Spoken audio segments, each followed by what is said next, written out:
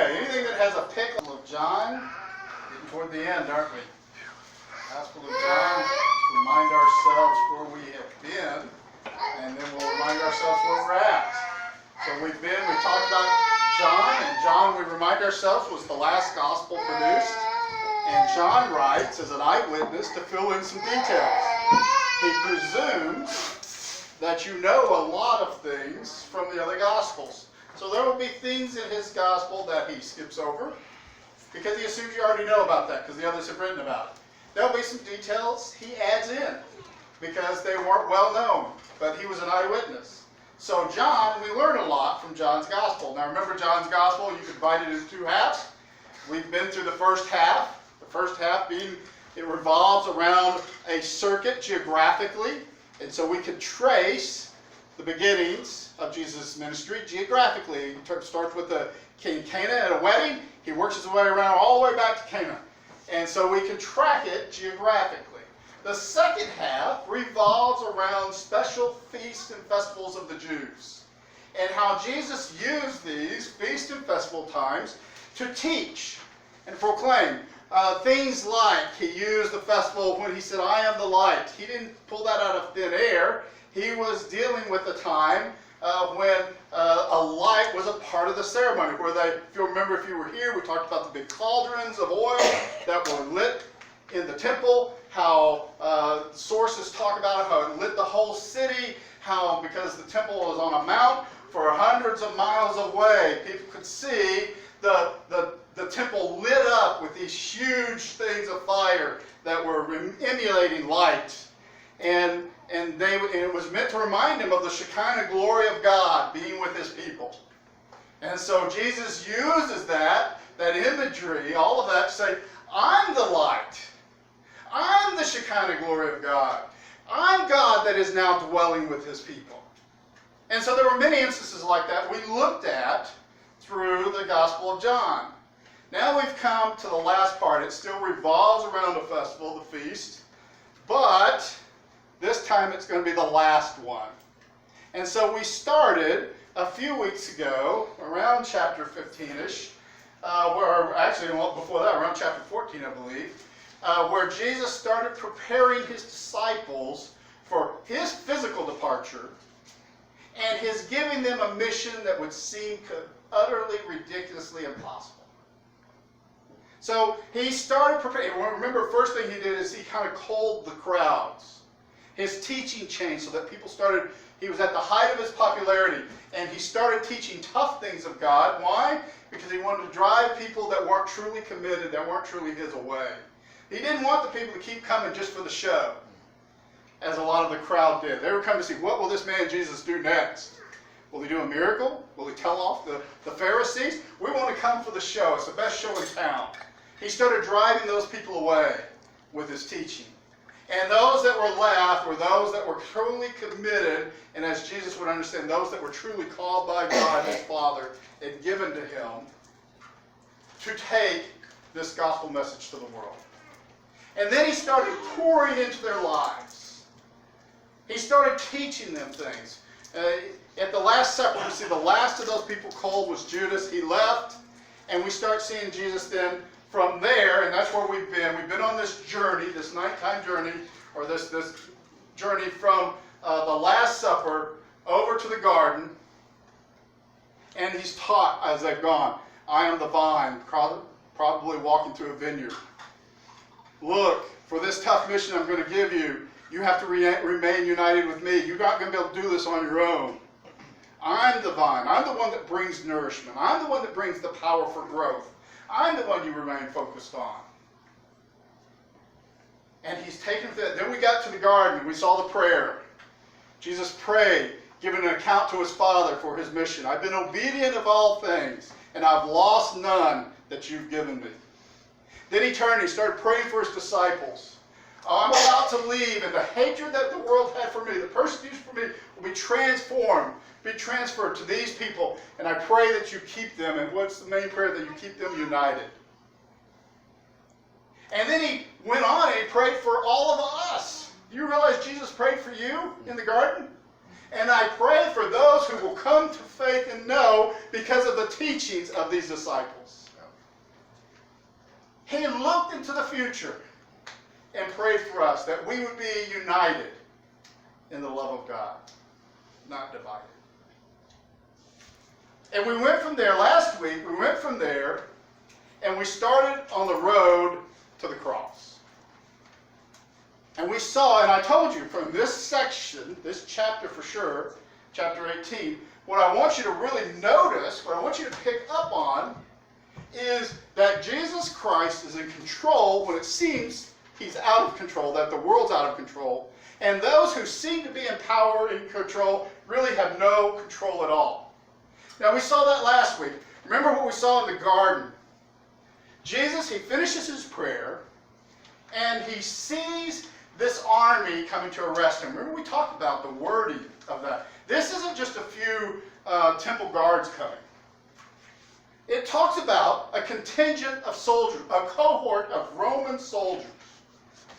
Maybe a full-fledged cohort of 1,000 men. Now most cohorts weren't at full strength, but probably several hundred men in a Roman cohort along with the temple police. And remember we talked about why. The Romans would do this. This isn't unusual for the Romans to even arrest one man if they thought there could be a riot that causes because of this arrest. They would come in power, a show of force to quell anybody that might be thinking about rebelling. And so the Roman cohort was there not really for the arrest. The Roman cohort was there to show power, the power of Rome. You better not rebel when they arrest this person. And if you do, we have the power right here to quash it before it spreads. And then the temple police, who would have been the ones that did the actual arresting. So we see this not small group, we see this huge group coming to arrest one man, Jesus. Seems they're in charge, they're in control. They have the weapons, they have the torches, they have the numbers.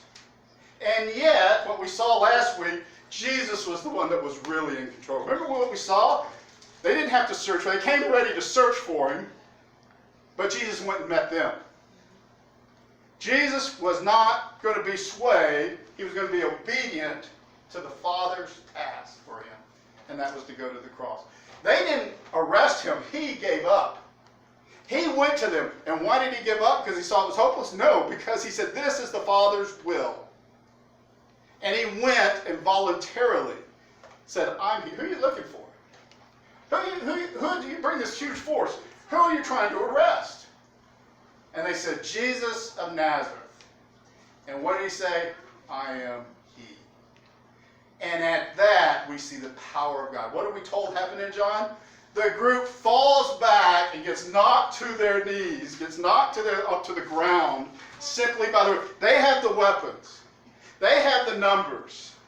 But Jesus is the one that's in full control. Simply by his words, he can put them on the ground. And they get up, and we go through this again, to show Jesus is not captured, he's not drugged to the cross, he's not killed, he's obedient to the Father.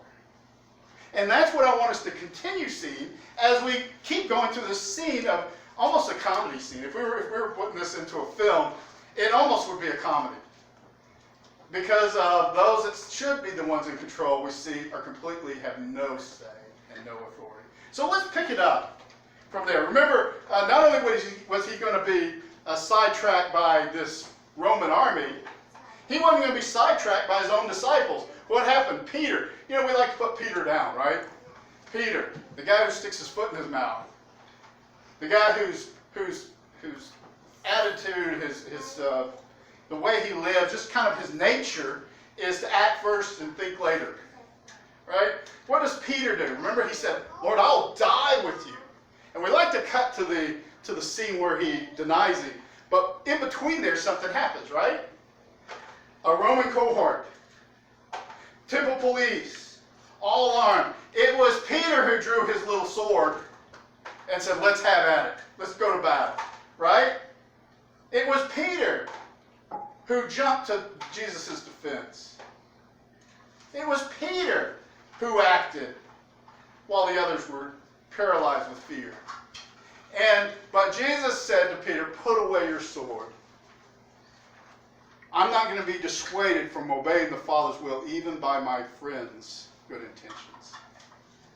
Shall I not drink the cup that the Father has for me? Remember, we talked about that phrase. It's a phrase in the Old Testament that refers to the cup of the wrath of God. Shall I not face the wrath of God? The wrath of the Father for sin? That's why I came. That his wrath will be poured on me so you don't have to experience the wrath you've earned. And so we ended there last week. And so let's pick up from that location. In John chapter 18, verse 12. So the band of soldiers and their captain and the officers of the Jews arrested Jesus and bound him. Now think about that. I was looking at this morning and jumped out at me. Isn't it funny?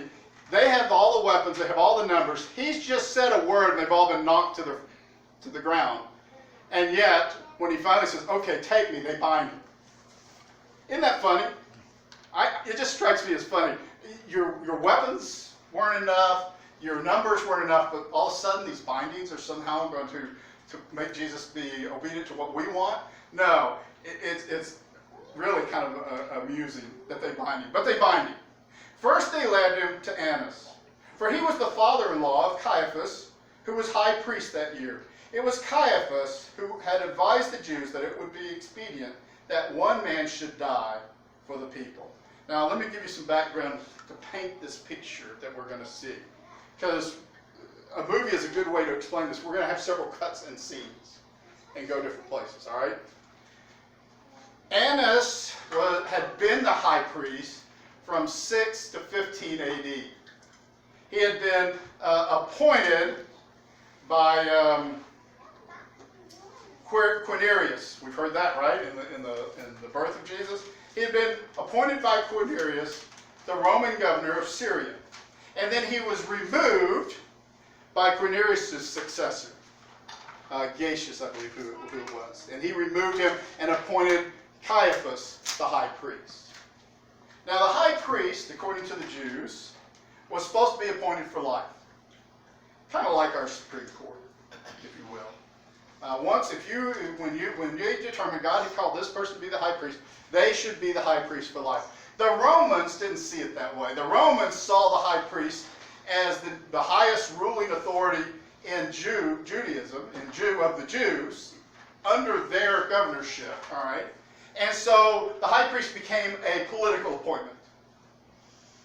And so when they say they took him to Annas, Annas had been the high priest. He was removed and replaced by Caiaphas. But many people, when they looked at Annas, said, he's really the real high priest. He didn't have the office because of the Romans, but he should still be the high priest. And he still had the respect, and people would look at him as being the high priest. Okay? Also, he comes from a high priestly family. When we do some research on who is this Annas guy, not only was he a high priest, he had 5 sons that ascended to be the high priest. And Caiaphas, who's the high priest when we read these scriptures, is his son-in-law. So, it's hard to sometimes get this in our head. I kind of go back and I have visions of the Godfather, the Godfather of the high priest.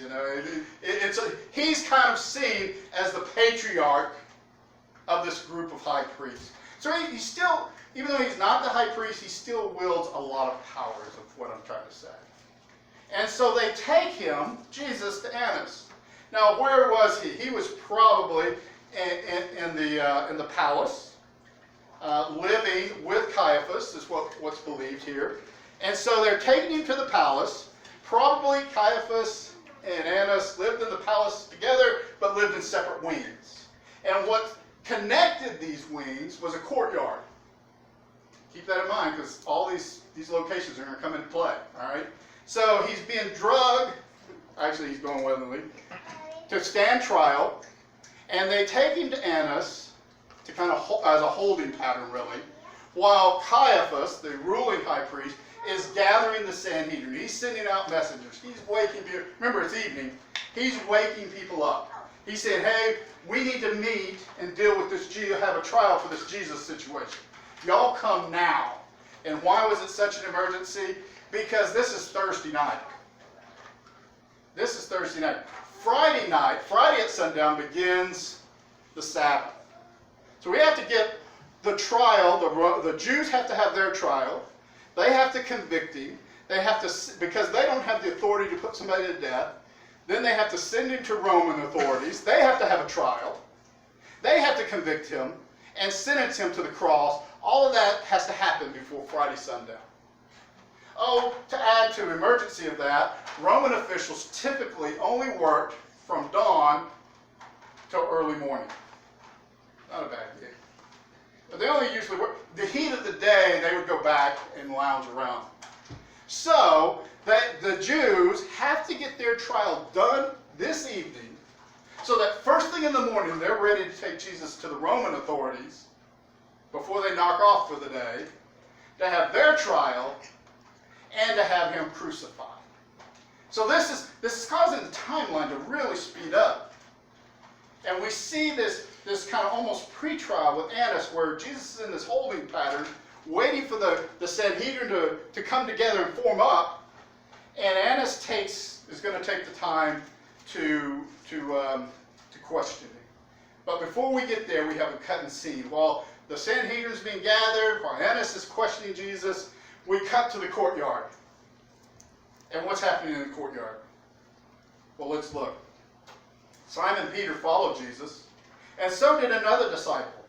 Since that disciple was known to the high priest, he entered with Jesus into the courtyard of the high priest. But Peter stood outside at the door. So the other disciple, who was known to the high priest, went out and spoke to the servant girl who kept watch at the door and brought Peter in. So we're told that two of the disciples followed Jesus after his arrest. They accompanied him with his arrest. Peter and an unnamed disciple, which we later come to know is John himself. Now, why is that important? Remember we talked about John gives some details that others didn't? How did Mark know what happened? He was told.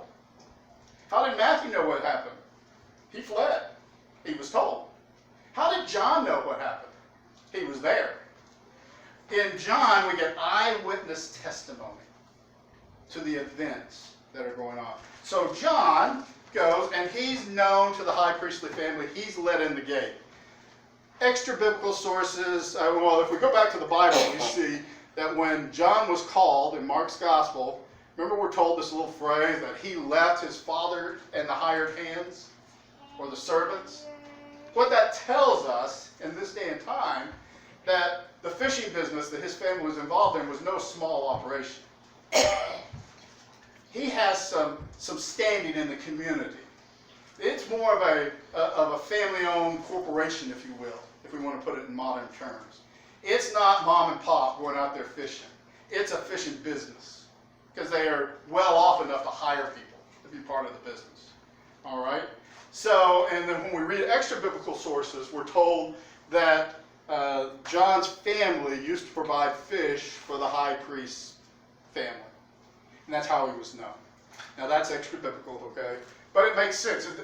All we know from Scripture is he was known and let in. There was no who are you or why are you here. He was well known and everybody knew him and let him in. Probably from his fishing business. From the father's fishing business. He probably delivered fish all the time. And so it was no big deal for John to get in. Peter, on the other hand, was not a known entity. And therefore was not invited into the palace gates. So what does John do? John goes back. He's the one then that goes back and he speaks to the person that's in charge of the gate, this servant girl. And her job was to watch the gate, question who would come, and determine who had the right to enter and who didn't. So this is probably, we say servant girl, this is probably somebody, though, of mature age. Not an old person, but it's somebody mature that has the life experience enough to make judgment decisions, because they're deciding who gets in and who doesn't.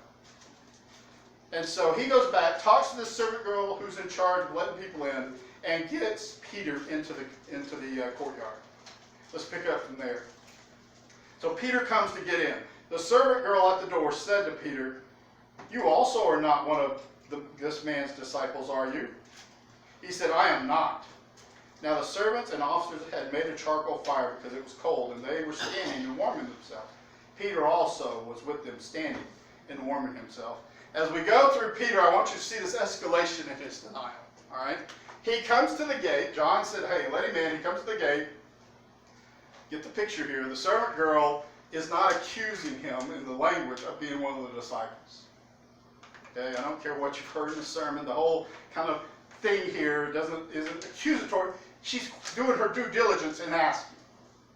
Hey, you're not one of his disciples, are you?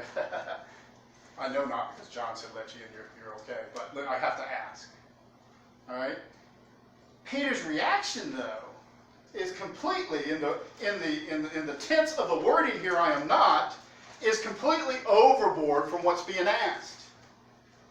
It's a simple duty. You're not one of his disciples. I don't have anything to worry about. You're causing trouble, do I? No. And it's not, no, I don't, and let you in. No, it's, no, I am not. How dare you question me like I have nothing to do with this guy. He has, it's this terse response to an innocent question that shows us Peter is already feeling conflicted. He's already wrestling. He's come to this crisis of faith. Do I trust Jesus and what he said? Or do I want to blend in? And we see Peter at this point wants to blend into the crowd. And we talked about that in Sunday school, didn't we? If you're truly a believer and you truly want to live your faith, you can't blend into the crowd. You got to trust Jesus more than you trust the world. And that includes accepting whatever repercussions come from your faith. And Peter's not at that point. What we see from Peter is he's wanting to be there, but he's wanting to blend into the crowd. And so his response is over the top from what we would expect of an innocent question. All right, so now, having said that, let's cut back to what's going on in the house with Annas. All right? The best way to look at this is kind of like a movie, where you're cutting. This is going on here. Oh, and now this, at the same time this is happening. At the same time this is happening in the house. All right, so we cut back to the scene in the house. And Annas decides to have you could call it an informal hearing. Really, it's a questioning. And the idea is Annas wants to question, who is this Jesus? What's he doing? And see if he can trip him up. See if he'll say something that he can use at the trial. And so let's look at verse 19. The high priest then questioned Jesus about his disciples and his teaching. Jesus answered him, I have spoken openly in the world. I have always taught in synagogues and in the temple, where all Jews come together. I have said nothing in secret. Why do you ask me? Ask those who have heard me. And I said to them, they know what I said. Now, what's going on here? This is something we need to kind of go back and talk about. Jewish jurisprudence, or the law, a little bit. One, again, remember what I told you to look for. Who's got control, who doesn't have control. Jesus is bound. He's got guards around him. It seems Annas is in control here, right? And he goes to question him. But really, Jesus shows he's in control, and he'll go about this the way the Father tells him. He's not being insolent when he refuses to answer questions. The high priest questions him. What does he question him about? His disciples and his teaching. What is the issue that they are determining his guilt or innocence in? It's a theological issue. Now, that's not what he's going to be crucified for. He's not going to be crucified for theology. The Romans don't care. He's going to be crucified for politics. He's going to be called a traitor, an insurrectionist. But he's being questioned here shows that the Jewish issue with him is his theology. Now, Jesus, instead of responding, what does he say? He says, look, everything I've said has been in public. It's a matter of public record. Why don't you go ask somebody that was there? Now, why would he say that? It seems like it's very offensive. But you have to understand, in the Jewish law system, giving a statement about yourself is not acceptable in court. You can't testify. Self-testimony is not admissible evidence. They expect you not to tell the truth. And so it's not admissible. What he's doing here is Annas, in his trying to trip him up, is breaking the law that he says that he's trying to see if Jesus broke. He's breaking the law by questioning Jesus because it's not admissible evidence. The way you are found guilty or innocent in the Jewish system is by the witnesses, what witnesses have seen and heard. And so what is Jesus saying here? You're asking me all these things about my teachings, but you know what I tell you is not admissible in court. If you really want to know the truth, and if I'm guilty or innocent, then do your job, Annas. Call the witnesses. I've said all this in public. Call witnesses that can be entered into evidence in court. You're breaking the law. When he had said these things, one of the officers standing by struck Jesus with his hand, saying, "Is that how you answer the high priest?" Jesus answered him, "If what I said is wrong, bear witness about the wrong. But if what I said is right, why do you strike me?" Annas then sent him bound to Caiaphas, the high priest. So one of the guards then strikes Jesus, bound, right? Strikes him for being disrespectful to the high priest. Now, I've just explained how he's not being disrespectful to the high priest. He's following Jewish law and saying, you can't question me. I can't give evidence on myself. Go find the people that can. Do your job right. But this guard then also breaks the law in striking a bound prisoner.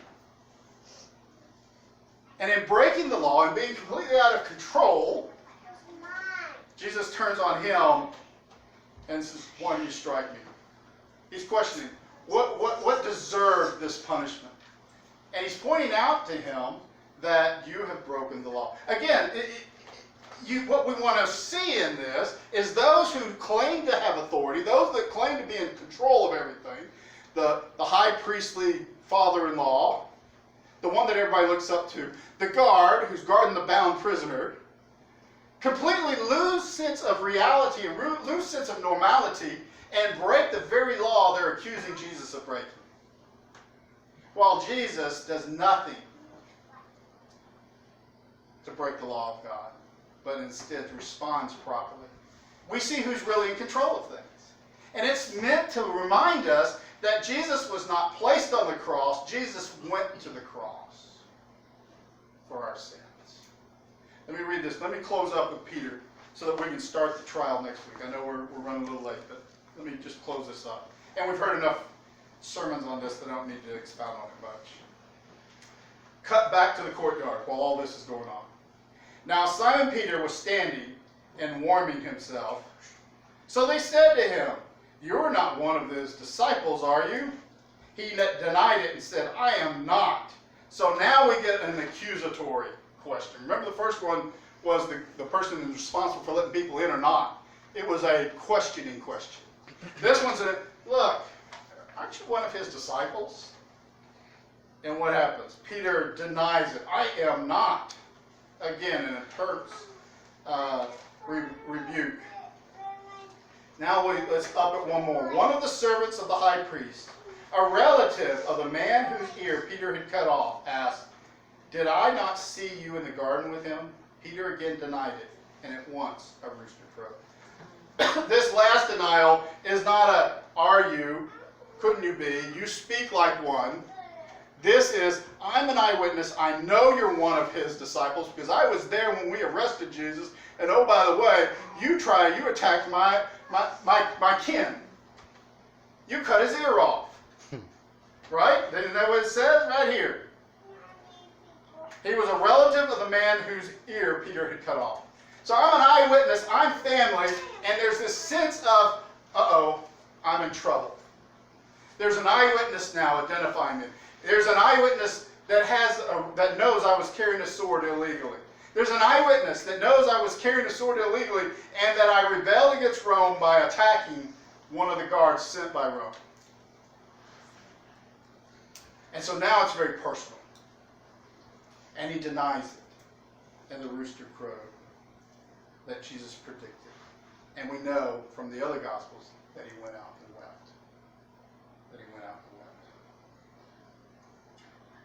What do we learn from this? What can we learn from this? One, we see Jesus was in control the whole time. What is our gospel message? He's going to send these people out to the world.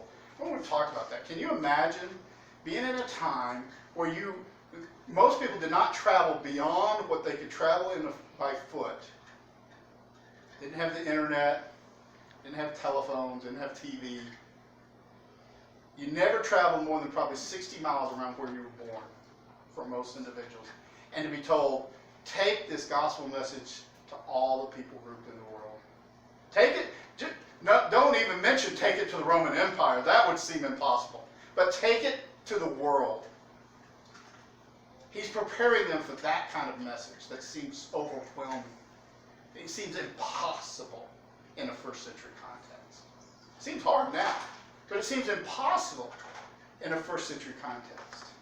And in so doing, we're being told that Jesus demonstrated his power and his ability to be in charge and to follow, be obedient to the Father's will, even when it looks like it's impossible. Even when it looks like everything is conspiring against him, that everybody else has the say but him, we see he's the one that's obedient to the Father. He's the one with all the power. And what are we meant to take from this? One, we're meant to take this gospel message that we're taking to the world, that we're to proclaim to the world, isn't that God came in the form of his Son. He sent his Son to take on human flesh and be drugged to the cross to die for our sins. That's not the gospel message. The gospel message is God so loved you, rebellious sinner, that he was willing to send his Son to take on human flesh so that we would know the love and the grace of the Father in every situation as he walked through this earth, and ultimately in his obedience to the Father, going and climbing on the cross to willingly sacrifice himself to pay for the sin that I owe, that you owe, to take away the wrath of God that we deserve. Think about that. Today, sin is not a harsh word, but it should be. Sin's rebellion against the holy God. And its logical, rightful response is to have to face the wrath of that holy God. His anger against rebellion. But yet he loved us so much, he preferred to love us than to discipline us with his wrath for eternity.